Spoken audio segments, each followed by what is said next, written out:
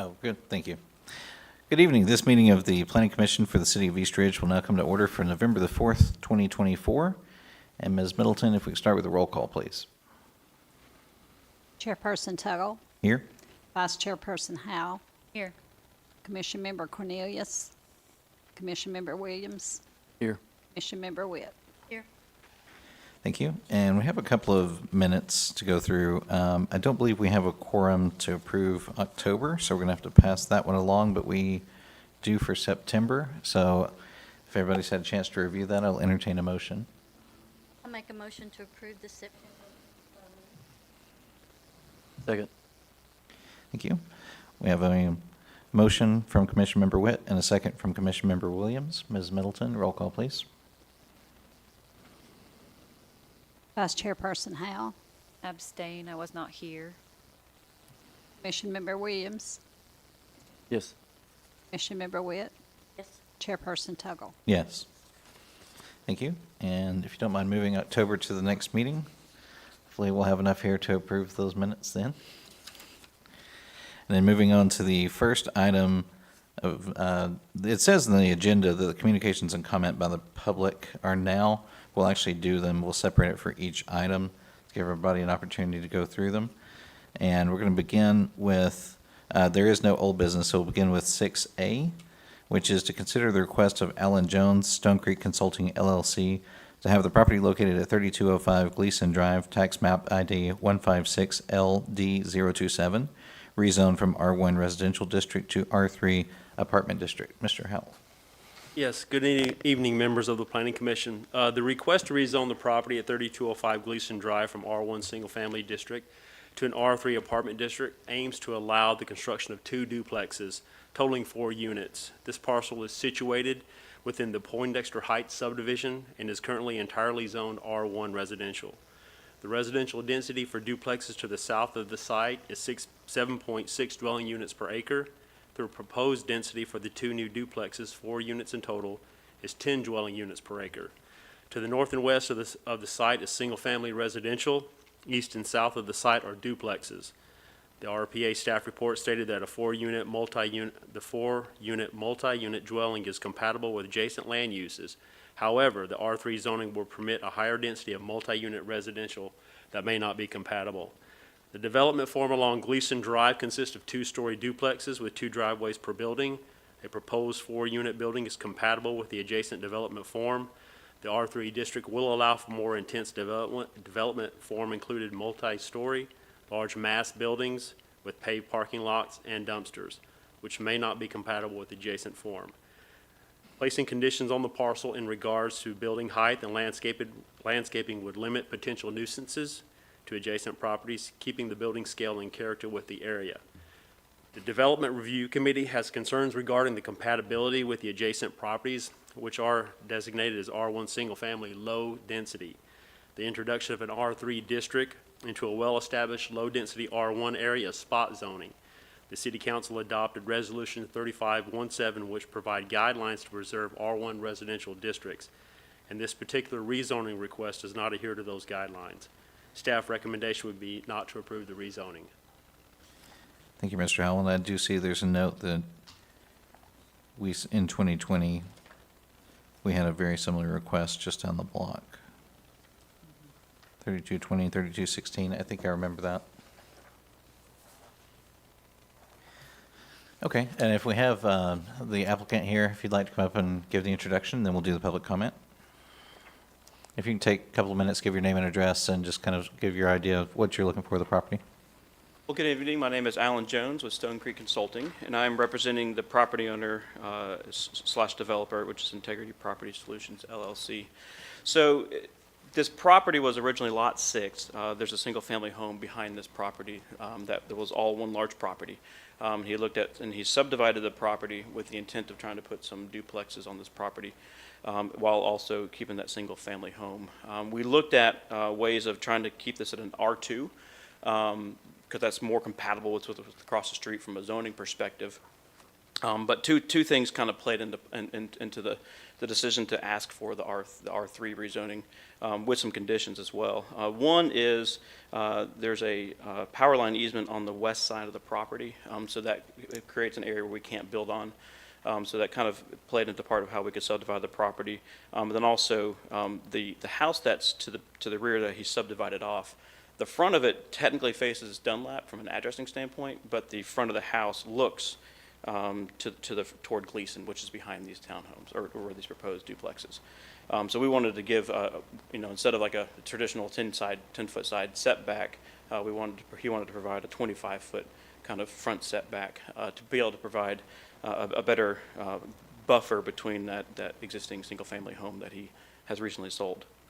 So that was the reason for the R3, because with R2, we'd have to have a little bit of extra property to subdivide into two 10,000 square foot lots for R2.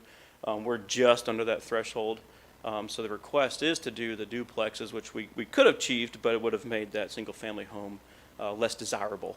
And so I would recommend adding conditions to the R3 that states duplexes are allowed only, and also limiting it to 2 stories. I think that would address, staff's concerns with going multi-stories and getting into this more of an apartment complex, which apartment complex would not be appropriate in this zone. Sure. And if you look across the street, it's nothing but duplexes. The market of putting a single-family house across from duplexes is going to make it hard to sell. So we're just trying to fit what Gleason Drive is currently developed as. Thank you. You don't intend to build a very narrow skyscraper. It was, I understood. Right. Yeah, I understood the takeaway. Mr. Howell, I understood the staff recommendation, but with the restrictions he was proposing, how does that fit with the staff's meeting? You were in that development meeting and I wasn't. If you could. Yes, I mean, when we look at this, you look at the Poindexter Heights as all being, right now, it is currently all zone R1 residential, and this would be spot zoning, which normally this body does not approve. But, and also, I agree, spot zoning is considered not having a contiguous zone that's next door to it. But if you look at the Right. greater context in this neighborhood, there are R3s in this Yeah, neighborhood. that's what I was looking at. It looks like it is on that same road, but all of this and all of that on the opposite corner. There are some R3 in the area, but not in that particular Poindexter Heights subdivision. Gotcha. Okay, thank you. Great, you're welcome. All right, and I'll begin the public comment. I'm going to read a letter from a gentleman, and you'll have to bear with me. It's been a while since I've read cursive, but I'm going to read this one. He says, "Dear Mr. Howell, I'm unable to attend the public hearing regarding rezoning 3205 Gleason Drive from residential to apartment district. My property is located next door. There's already a row of duplex apartments across the street that can cause a lot of traffic and noise, especially at night. The neighborhood is already made up of more apartments than single resident dwellings. Gleason Drive already has too much traffic since it is a cut through from Seminole to Germantown. Thanks for your consideration of my request. Sincerely, Keith B. Hara of 620 Hara Lane." And he says also 3207 Gleason Drive. I guess there's an addressing situation there. Is there anybody else who'd like to speak in favor or against the request? Okay. Any questions or comments from the commission?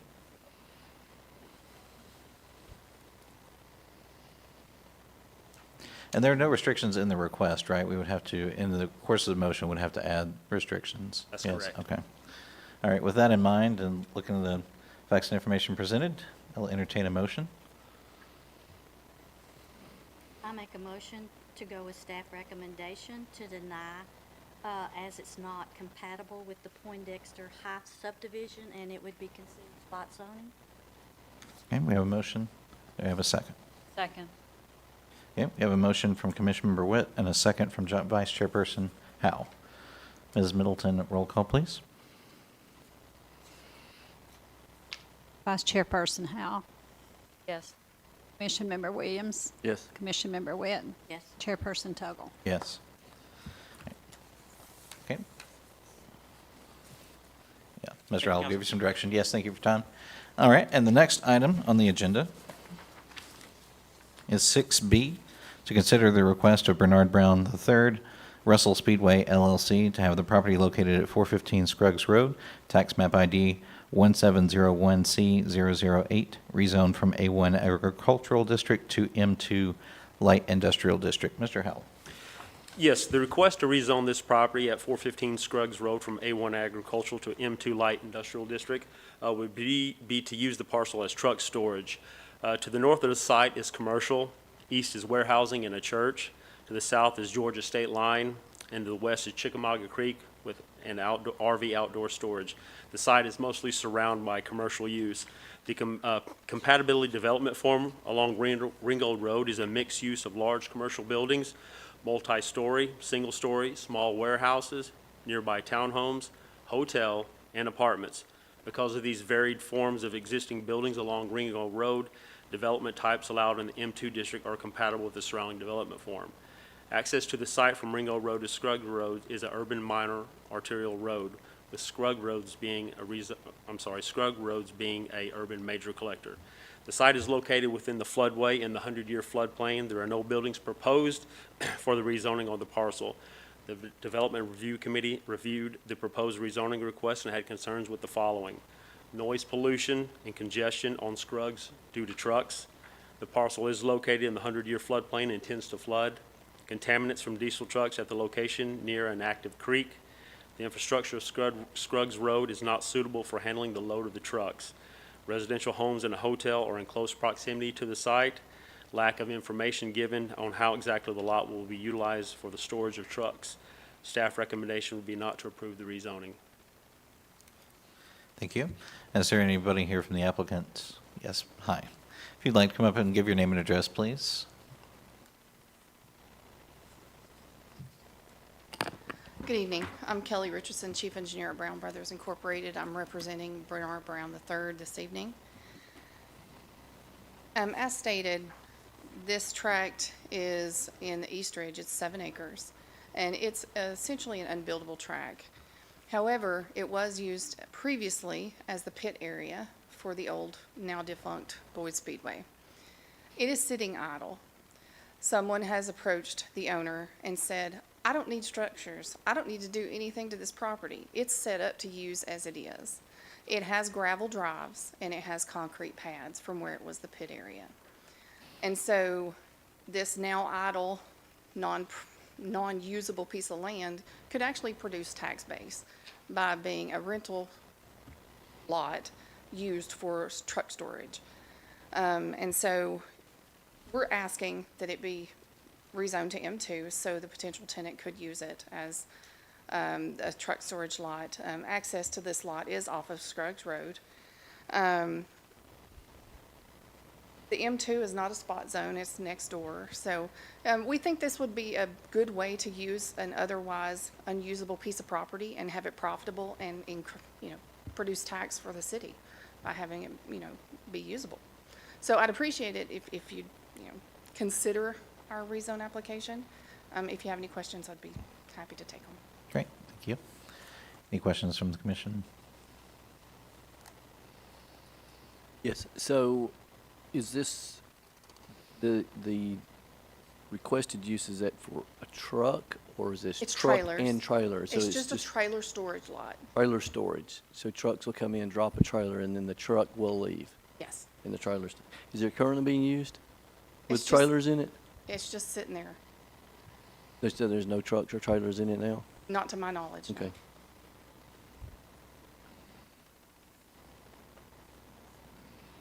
You have an idea of the capacity that you expect, and the number of trailers in it? No, I don't even know who the tenant is. I've not been given that information. What I do know is it's a larger trucking company. Oh, yeah. Yeah, somebody has that information? Okay. Okay. Okay, yep, come on up. If you don't mind giving your name and address, if you want to join in the conversation.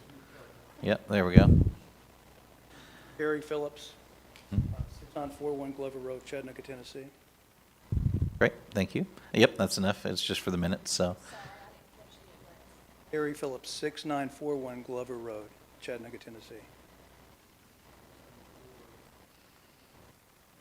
Close enough. Great, thank you. And so, Mr. Williams had a question about the capacity. Do you have that information? Got first off, on the utilization of land and so forth, I shared this with this portion of the track, the speedway is here, it's the northern portion, and that's how it's been used for, Speedway was there in 1951, so it's a laydown area, it's had trucks there, it's always been utilized for something similar to what proposed use is. Bernard, I did a trip, and I got together, we've done some business before in the past, background, and stepped into a truck storage business. And we've stepped into a truck storage business. Actually do have a few over there parking currently, if you drive by and look at it. My impression that that was an okay thing to do there. And I was doing this, just heads up, you know, when you do something. Came up with that truck parking would be most applied in this one category, M2, right? Mhm. M2. As far as the floodway goes, and as far as hazardous waste and so forth, I mean, there's so much restrictions down trucking on the industry there. They leak oil. I mean, they're gonna get busted. You know, you just don't do it anymore. And all these trucks are not, I mean, these are classified or registered with the state, probably with EPA and everybody else. So, number one, they don't leak oil. Creek area, the floodway is over here, I guess, west of the site. And that's not an area that we would put, of course, when it's flooding. So the other areas already, as she mentioned, gravelled, and will continue in the dirt business. And he's got plenty of gravel. And whatever it takes to maintain this as a good operable truck parking facility. Other than that, it's a very simple business, and it's very well much needed. I mean, truck parking is something that's necessary. I mean, we need trucks to move our product around, and they continue to be squeezed out of certain areas like the rest stops and so forth. So much demand for it, it's just growing so quickly. Something that really does just serves like a higher and bigger cause. And folks that will come in and stay in the hotels and do the restaurants and other things. I think it's a good business, it's a clean business. Good people, good American folk. I've enjoyed working with them. I didn't know this business, so really appreciate any questions you've got. And I think it's a fine use for the site.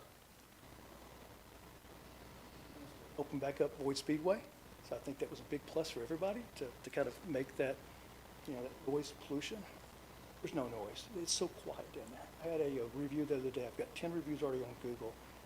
Woke up and there was a deer in the parking lot. It's secluded down there. You drive by, you don't see it. You don't know they're there. Right off I-75. Just makes sense for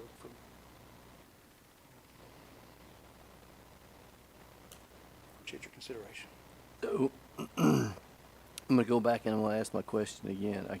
I asked if it was trucks or just trailers, and I thought I understood that it was trailers, but I keep hearing you referring to truck parking. So, and then I hear you mention trucks not able to stay at the rest areas. So is this gonna be an active lot that truckers will pull in and stay in their cab, and the whole truck and trailer is there for periods of time? Typically not, no. They don't. Typically not, or not? They don't have they park, say, at the rest stops and so forth. You're limited to so many hours that you can be there. Truckers have like a window of time. I think it's 10 hours that they've got to work for, whatever it is, 14, but they've got to Understand. sit 10 hours off. So whether they're sleeping, you're taking a nap, or whatever else it is, or typically what we do, though, is our focus is the monthly parkers. So they will come in and park their truck there, and then they'll swap out their car that's already parked there. We've already got 15 of them. They're all local. And then they go on the road for 2 weeks, come back, they jump in their car, and they just swap it out. That's our target.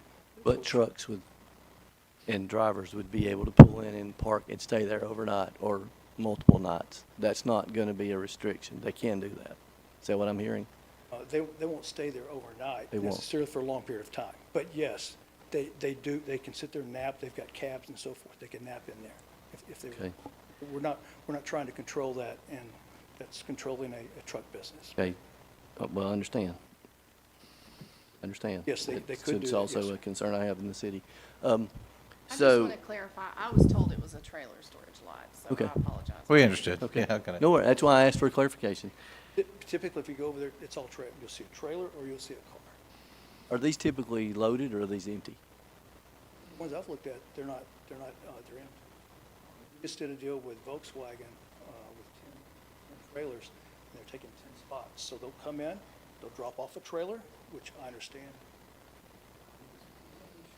Okay, could have a product in it, and then another truck will come to pick it up the next day. And that guy will catch a ride home. If there's something in the truck, do you have security down there? Got cameras, a very good camera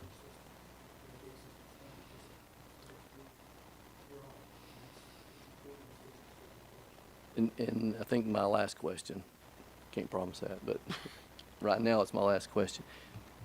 We've had situations where we've had hazmat materials that actually has been transported right through our city, and we've had spills, and we've had to have, EPA, and we had all kind of incidents. Is there any restrictions or to what type of load that would be parked there? That if there was a hazmat material there and then it started leaking, like we've had 2 incidents, correct, Mr.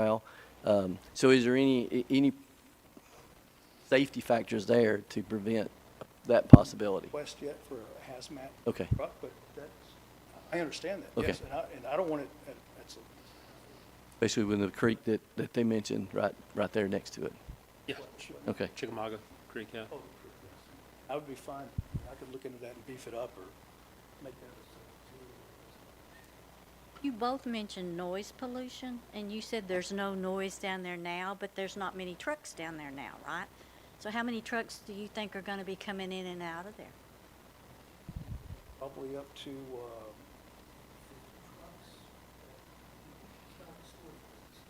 all that business at one time.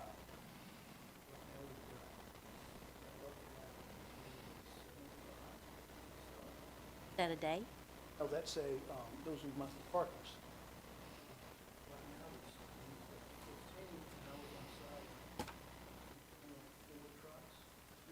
Side and 4 on the side.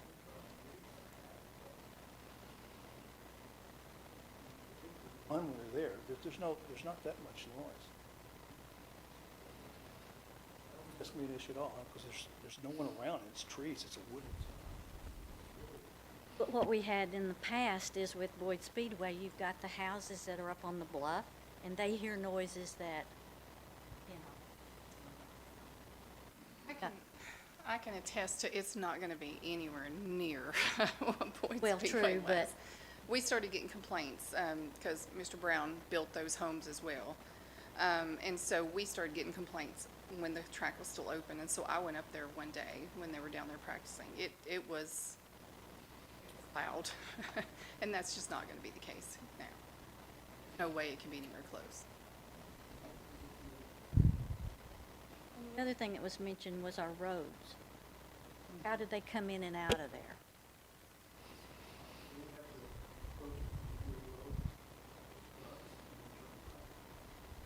So the main entrance to the Old Boyd Speedway is the entrance to this property. This property is actually landlocked. So that's the only entrance, that's always been the entrance to it, so it would still go that way. Yeah, because the rest is in Georgia. Flow fairly well, you got a stop sign at that end. Certainly see the infrastructure of Scruggs Road right now, how damaged it is. I realize that he's stating that there is noise pollution, but you will have these semis coming in.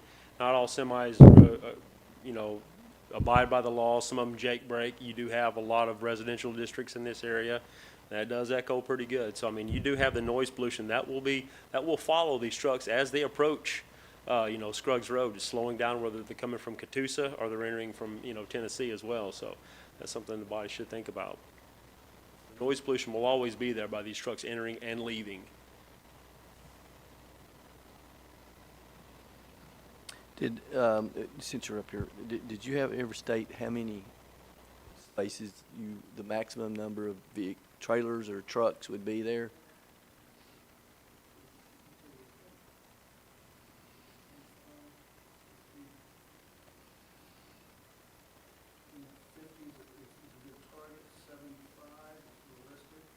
Okay, so 50 to 75?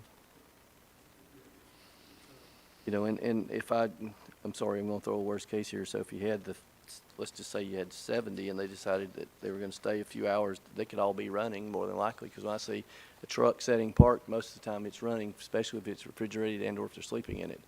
So there could be, I think, some noise pollution also. There could be air pollution while they're sitting here and pumping fumes out too. My personal thought. I just don't.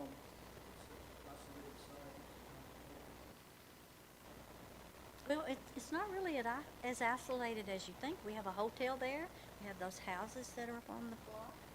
So, to me, it's not as isolated as you.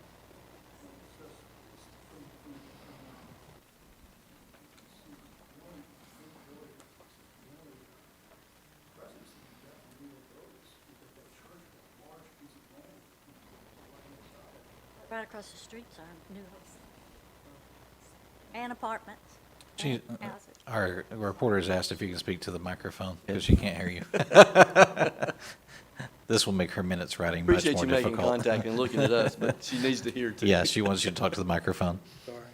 My comment was that the site is not visible from Ringgold Road, but I do understand you've got some wonderful developments on that one side. If you continue down, Tripp and Brett have developed quite a bit of that area, and it's all a similar type industrial type use, especially when you go into Georgia, you go underneath the 75, is it 75? Done just a wonderful little development there of small businesses and so forth. Kind of feed off of, I mean, it's a triple.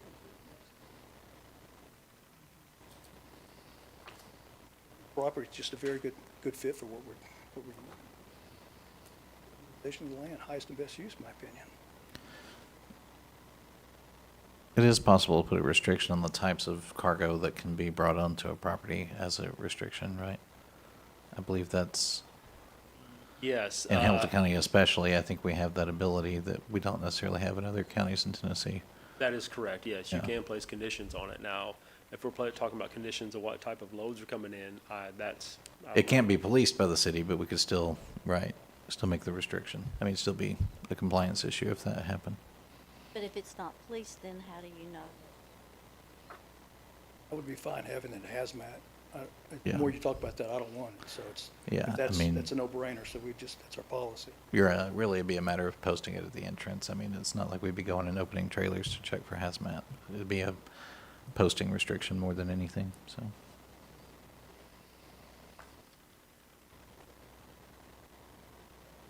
Okay, thank you. And if there's any feedback from the audience, anybody who'd like to speak in favor or against the request? Seeing no one. Nothing further from the commission? Everybody good? All right, I'll entertain a motion to approve or deny or to approve with restrictions. I make a motion to go with staff recommendation to deny for all of the reasons that they listed. Not sure what all of them were, but Okay, we have a motion to deny upon staff recommendation. Do we have a second? I'll second it. Okay, and we have a second. So we have a motion from Commission Member Witt and a second from Commission Member Williams. Mrs. Middleton, roll call, please. Vice Chairperson Howell, Yes. Commission Member, excuse me, Commission Member Williams, Yes. Commission Member Witt, Chairperson Tuggle. Yes.